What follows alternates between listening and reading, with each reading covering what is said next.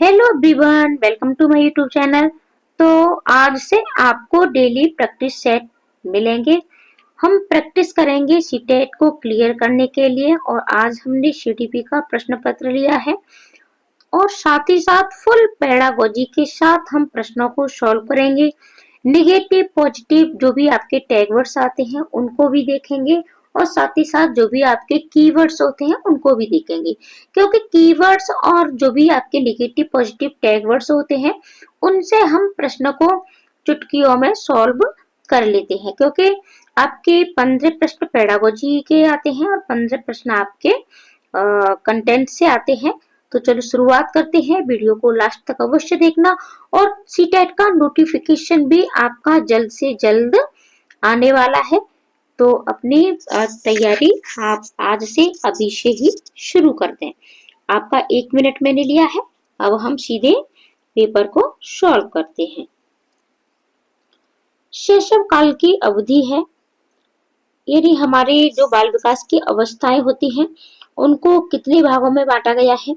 सबसे पहला आपका होता है शैशवावस्था, ठीक है। फिर आपका बाल्यावस्था और तीसरा आपका होता है, यानी अगर सिर्फ बाल विकास की बात करते हैं, ठीक है, मानव विकास की बात करें तो ये जीवन पर्यंत चलता रहता है, ठीक है। तो 2 अवस्थाएं आपको मैंने बता दी, अगर सारी मैं ही बता दूंगी तो फिर कैसे पता चलेगा। आप कमेंट करके बताइए कि बाकी की जो भी अवस्थाएं हैं वो कौन कौन सी हैं। तो आप कमेंट में अवश्य बताना। अब बात कर लेते हैं शैशव काल की अवधि कितनी है। जन्म से 1 वर्ष, जन्म से 2 वर्ष, जन्म से 3 वर्ष या 2 से 3 वर्ष।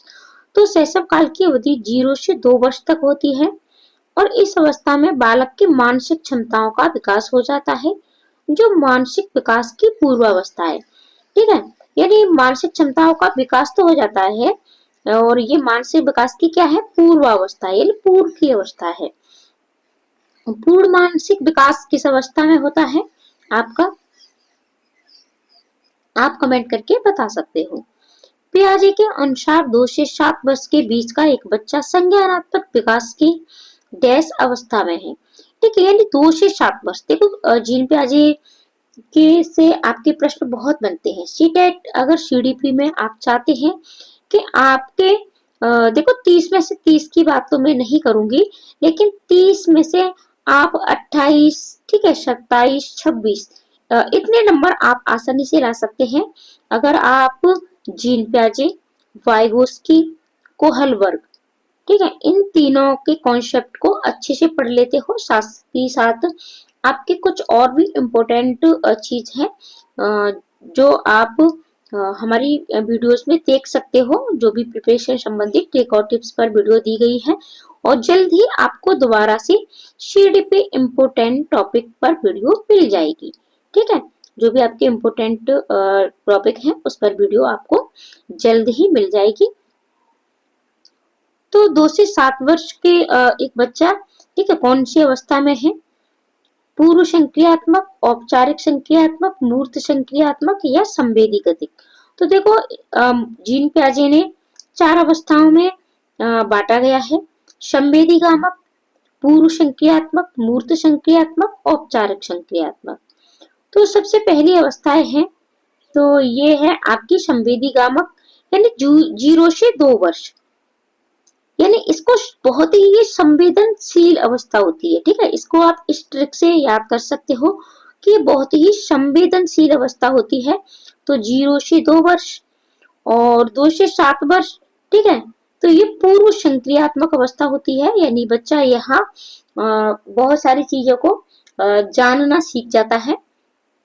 और ये मूर्त संक्रियात्मक अवस्था तो ये आपकी 7 से 12 वर्ष तक होती है, यानी 7 से 12 वर्ष तक का जो भी बच्चा होता है तो वो मूर्त इसको मतलब मूर्त संक्रियात्मक अवस्था, यानी जो भी बच्चा अपनी संक्रियाएं करता है तो वो मूर्त रूप से करता है, ठीक है, मूर्त रूप से करता है। यानी बच्चे के सामने कोई भी चीज होनी चाहिए, फिर वो कल्पना, फिर वो चिंतन कर सकता है। मूर्त चिंतन भी कह सकते हैं इसको आप।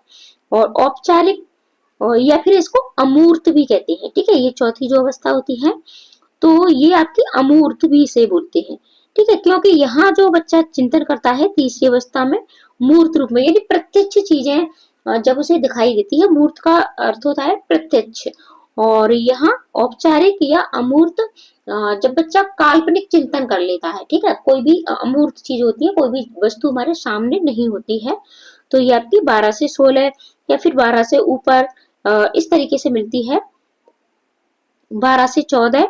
देखो, हो सकता है प्रैक्टिस सेट बहुत लंबा हो जाए, लेकिन प्रश्न आपको फुल पेडागोजी के साथ मिलेंगे, पूर्ण व्याख्या के साथ मिलेंगे, और मैं इसी तरीके से सॉल्व करवाती हूँ कि आपको कोई भी डाउट ना रहे।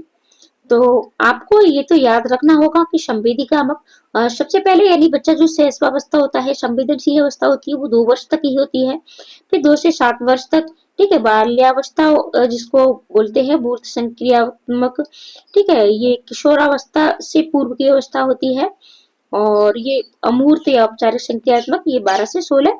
थोड़ा सा मतलब आपको ये 0 से 2, 2 से 7, 7 से 12 और 12 से ऊपर, या 12 से 14, 12 से 16 कोई भी मिल जाए, यानी 12 से ऊपर आपको याद रखनी है, ठीक है। तो इस तरीके से तो राइट आंसर आपका कौन सा हो जाएगा, कौन सी अवस्था हो जाएगी आपकी, 2 से 7 वर्ष। तो 2 से 7 वर्ष में आपकी हो जाएगी पूर्व संक्रियात्मक अवस्था।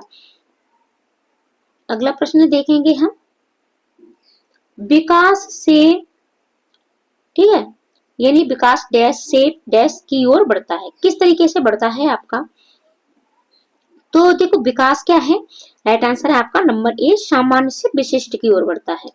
तो इसको भी हम थोड़ा व्याख्या के साथ समझते हैं कि विकास क्या है, ठीक है, और सामान्य से विशिष्ट की ही ओर क्यों बढ़ता है, विशिष्ट से सामान्य की ओर क्यों नहीं बढ़ता। तो ठीक है, यह जटिल से कठिन या साधारण से आसान की तरफ, इस तरीके से। तो जैसे मान के चलिएगा कि कोई भी एक बच्चा है, ठीक है, तो सबसे पहले वो क्या करता है, पेट के बल, ठीक है, पेट के बल सरकना सीखता है, ठीक है, फिर घुटनों के बल, और फिर इसके बाद खड़ा होना सीखता है, और खड़ा होने के बाद तब फिर वो चलना सीखता है। यानी शुरुआत में सामान्य सी प्रक्रियाएं होती हैं विकास में, ठीक है, और फिर जाके हमारी क्या होती है, यानी विशिष्ट प्रक्रियाएं होती हैं। जो भी बच्चे का विकास होता है कि बच्चा है, ठीक है, तो उसमें शुरुआत में बहुत ही उसकी स्किन है, वो हाथ पैर भी नहीं चला पाता है, ठीक है, छोटी छोटी क्रियाएं करता है, सामान्य सी क्रियाएं करता है, जैसे बोलना भी सीखता है, तो बोलने में भी बच्चा क्या है, छोटी छोटी चीजों को बोलता है, बहुत पहले एक अक्षर बोलना मतलब शुरू करता है, बा पा, फिर उससे भी और आगे बढ़ता है, फिर उससे भी आगे बढ़ता है, और फिर वो बड़े बड़े वाक्यांशों को भी बोलना शुरू कर देता है। तो आप समझ पा रहे होंगे, शुरुआत में बच्चे की मानसिक विकास भी थोड़ा थोड़ा होता है, वो अपनी माँ को जानता है, ठीक है, आप समझ पा रहे होंगे कि ये सामान्य से विशिष्ट की तरफ होता है। अगला प्रश्न देखेंगे, जब वयस्क सहयोग से सामंजस्य कर लेते हैं, तो वे बच्चे के वर्तमान स्तर के प्रदर्शन को संभावित क्षमता के स्तर के प्रदर्शन की तरफ प्रगति क्रम को सुगम बनाते हैं, इसे कहा जाता है, यानी इसे क्या कहा जाता है, समीपस्थ विकास, सहयोग देना, सहभागी अधिगम, सहयोगात्मक अधिगम। तो राइट आंसर है आपका ऑप्शन नंबर बी, यानी सहयोग देना। यानी जब वयस्क सहयोग से सामंजस्य कर लेते हैं, तो वे बच्चे के वर्तमान स्तर के प्रदर्शन को संभावित क्षमता के स्तर के प्रदर्शन की तरफ प्रगति क्रम को सुगम बनाते हैं। जैसे कोई बच्चा है और वो अपने आप से कोई चीज सीख रहा है, ठीक है, अब वयस्कों ने तो यानी जो भी बड़े लोग होते हैं, बच्चों की अपेक्षा वो उस चीज से सामंजस्य पहले से ही बना लेते हैं, ठीक है, और यानी उसको पूर्ण रूप से सीख चुके होते हैं। तो बच्चे का जो भी प्रदर्शन है, ठीक है, जो भी संभावित क्षमता है, बच्चे की कितनी क्षमता है, उसके स्तर के प्रदर्शन की तरफ क्रम को सुगम बनाते हैं, यानी उसको सहयोग देते हैं, ठीक है, तो ये क्या होता है, सहयोग देना। अगला है, नवीन जानकारी को शामिल करने के लिए वर्तमान स्कीमा में बदलाव की प्रक्रिया कहलाती है। जैसे कि आपको इसका आंसर इस तरीके से भी देना है कि ये किसकी है, ठीक है, यानी जो भी स्कीमा वाला है, ठीक है, ये किसने दिया है, जीन पियाजे का है या फिर बाइगोस्की का है या फिर आपका कोहलबर्ग का है, ठीक है। यानी स्कीमा यानी बच्चे ने जैसे कि पहले कोई अवधारणा बना ली है कि ये चीज ऐसी होती है, कि जैसे कि पक्षी कौवा कैसा होता है, काला होता है, ठीक है, ये मोर के पंख होते हैं, इस तरीके से। तो उसने यानी बहुत सारी अवधारणाएं बना ली हैं अपनी, लेकिन इस अवधारणा में वो बदलाव की प्रक्रिया क्या कहलाती है? तो इसका राइट आंसर क्या होगा?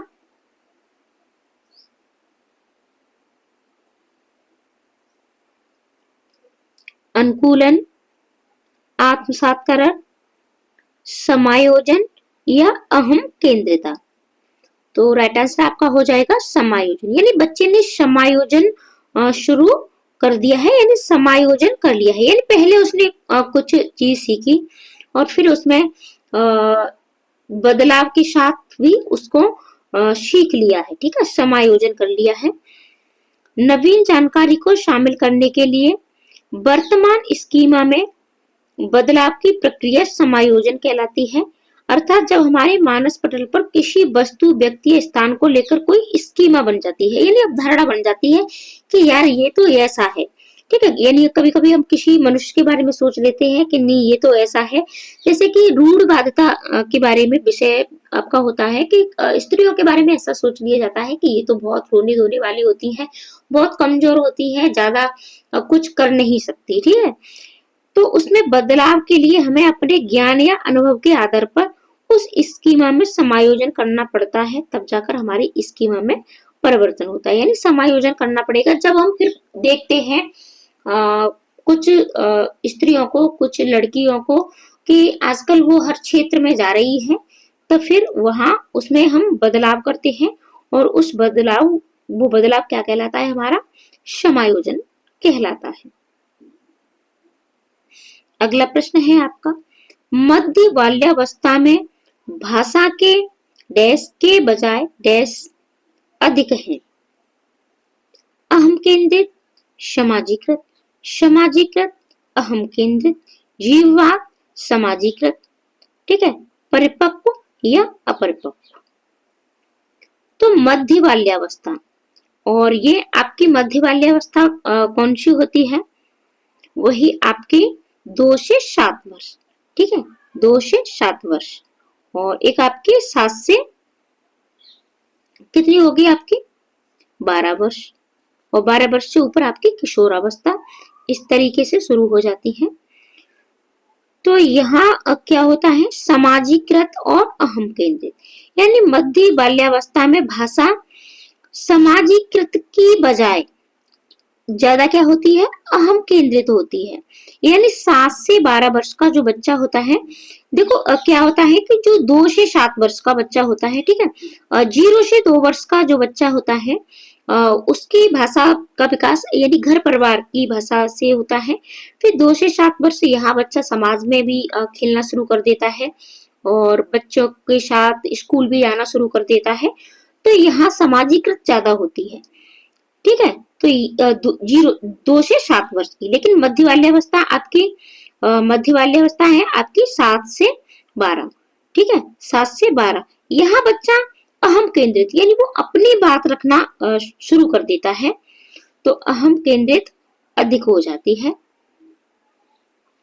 मध्य बाल्यावस्था में भाषा सामाजिकृत के बजाय अहम केंद्रित अधिक होती है। बालक सामाजिक नियमों से प्रेरित होकर कार्य नहीं करता है और अपनी इच्छाओं के सामने दूसरे की इच्छाओं को स्वीकार भी नहीं करता है। अगला प्रश्न देखेंगे, बाल केंद्रित शिक्षा में शामिल है बच्चों के लिए हस्तपरक गतिविधियां, बच्चों का एक कोने में बैठना, प्रतिबंधित परिवेश में अधिगम, वे गतिविधियां जिनमें खेल शामिल नहीं होते हैं। अब देखो क्या है आपका कि प्रतिबंधित परिवेश, जहां भी प्रतिबंधित की बात आ जाए, ठीक है, वो आपका गलत ऑप्शन होता है, ये आपका नेगेटिव पॉइंट है। और ऐसी गतिविधियां जिनमें खेल ही शामिल नहीं हो, ठीक है, ये भी आपकी गलत हो गया, क्योंकि हमारी जो भी शिक्षण विधियां हैं वो खेल विधि पर आधारित होनी चाहिए। अब बच्चा एक कोने में बैठा रहेगा तो ये भी आपका राइट आंसर नहीं होगा। तो बच्चों के लिए हस्तपरक गतिविधियां, हस्तपरक का अर्थ है बच्चा अपने आप से करे, ठीक है, अपने हाथों से करे, हस्त यानी हाथ, अपने हाथों से करे, अपने आप से करे, क्रियाशील रहे, एक्टिव रहे, ठीक है। बालक की रुचियों, प्रवृत्तियों तथा क्षमताओं को ध्यान में रखकर शिक्षा प्रदान करना ही बाल केंद्रित शिक्षा कहलाता है। और इसके कुछ नियम है, जैसे बालकों को क्रियाशील रखकर यानी एक्टिव रखना है, और शिक्षा उद्देश्य परक हो, योग्यता व रुचि के अनुसार विषय वस्तु का भी चयन आपको करना चाहिए, और रचनात्मक कार्य जैसे हस्तकला आदि के द्वारा शिक्षण, पाठ्यक्रम को छोटे छोटे हिस्सों में बांटकर शिक्षण। अगला प्रश्न देखेंगे। कक्षा अध्यापक ने राघव को अपनी कक्षा में अपने कीबोर्ड पर स्वयं द्वारा तैयार किया गया मधुर संगीत बजाते हुए देखा। कक्षा अध्यापक ने विचार किया कि राघव में डैश बुद्धि उच्च स्तरीय थी। यानी कक्षा अध्यापक ने क्या देखा? देखो प्रश्न को भी आप अच्छे से पढ़ना शुरू किया करें कि उसने स्वयं द्वारा तैयार किया गया, ठीक है, कीबोर्ड पर मधुर संगीत बजाते हुए देखा। तो स्थानिक, स्थानिक तो नहीं होगी क्योंकि संगीत, तो संगीत का अर्थ सीधा सीधा क्या है आपका संगीत में से ही हो जाएगा। और ये आपका बहुबुद्धि के सिद्धांत से आता है, और ये बहुबुद्धि का सिद्धांत किसने दिया है? हावर्ड गार्डनर ने, ठीक है, ये आपका दिया हुआ है गार्डनर, हावर्ड, ठीक है, हावर्ड गार्डनर इनका पूरा नाम है। तो बहुल बुद्धि सिद्धांत में संगीतिक बुद्धि है। इस बुद्धि में तारत्व तथा लय को सही सही ढंग से प्रत्यक्ष करने की क्षमता सम्मिलित होती है। इसमें संगीतकारी सामर्थ्य एवं निपुणता विकसित करने की क्षमता आज सम्मिलित होती है। भाषाई ये किसमें मानी जाती है? तो ये आपकी कवि वगैरह होते हैं। शारीरिक गतिविधि ये आपके खिलाड़ियों में पाई जाती है, ठीक है। और स्थानिक किसी स्थान विशेष का कोई वर्णन करता है, इस तरीके से ये बहुबुद्धि होती है, अलग अलग बुद्धि सब में पाई जाती है। अगला प्रश्न देखते हैं। जब एक शिक्षक ये समझता है कि स्वाभाविक रूप से लड़के लड़की जब एक शिक्षक ये समझता है कि स्वाभाविक रूप से लड़के गणित में लड़कियों से अच्छे हैं, तो ये दर्शाता है नीतिपरक, लिंग जेंडर पक्षपाती, सही दृष्टिकोण, शिक्षा पर। तो देखो जहां भी भेदभाव वाली बात हो जाए कि लड़कियां कमजोर होती हैं, लड़के आगे होते हैं लड़कियों से, या वुमेन्स ये काम नहीं कर सकती पुरुषों की अपेक्षा, ये जेंडर रूढ़वादिता को दर्शाता है, पक्षपात को दर्शाता है, ठीक है। तो राइट आंसर आपका हो जाएगा बी। अगला प्रश्न देखते हैं। देखो जेंडर रूढ़वादिता से और इसके साथ साथ समावेशी शिक्षा है आपके, यहाँ से भी प्रश्न आपके सीटेट में अवश्य ही पूछा जाता है, तो इस कॉन्सेप्ट को आप क्लियर अवश्य कर लेना। समावेशी शिक्षा मानती है कि हमें डैश को डैश के अनुरूप बदलना है। समावेशी शिक्षा अर्थात सबके लिए शिक्षा, ठीक है, चाहे यानी कोई भी बच्चा हो, चाहे वो आर्थिक स्थिति हो उसकी, चाहे सामाजिक स्थिति हो, ठीक है, चाहे उसकी शारीरिक स्थिति हो, यानी हमको किसी भी स्थिति के अनुसार बच्चों में भेदभाव नहीं करना है, सबको समान शिक्षा हमें देनी है।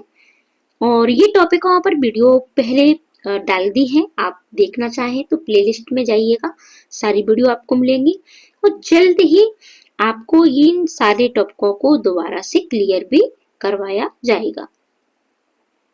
तो राइट आंसर है आपका ऑप्शन नंबर बी, यानी समावेशी शिक्षा मानती है कि हमें व्यवस्था को बच्चे के अनुरूप बदलना है, ठीक है, बच्चा किस तरीके से पढ़ना चाहता है उस तरीके से हमें अपनी व्यवस्था को बनाना है, हम शिक्षक को भी उसी अनुसार पढ़ाना है, ये हमारी समावेशी शिक्षा है। तो आज हमने 10 प्रश्नों को सॉल्व किया है, पूर्ण व्याख्या के साथ सॉल्व किया है, पूर्ण पेडागोजी के साथ सॉल्व किया है। वीडियो अगर अच्छी लगी हो तो चैनल को सब्सक्राइब भी कर लेना और वीडियो को शेयर भी कर देना, और अपना प्यारा सा छोटा सा एक कमेंट भी करना आप बिल्कुल न भूलना। तो मिलते हैं अगली वीडियो में अगले प्रश्नों के साथ। आज के लिए इतना ही। धन्यवाद।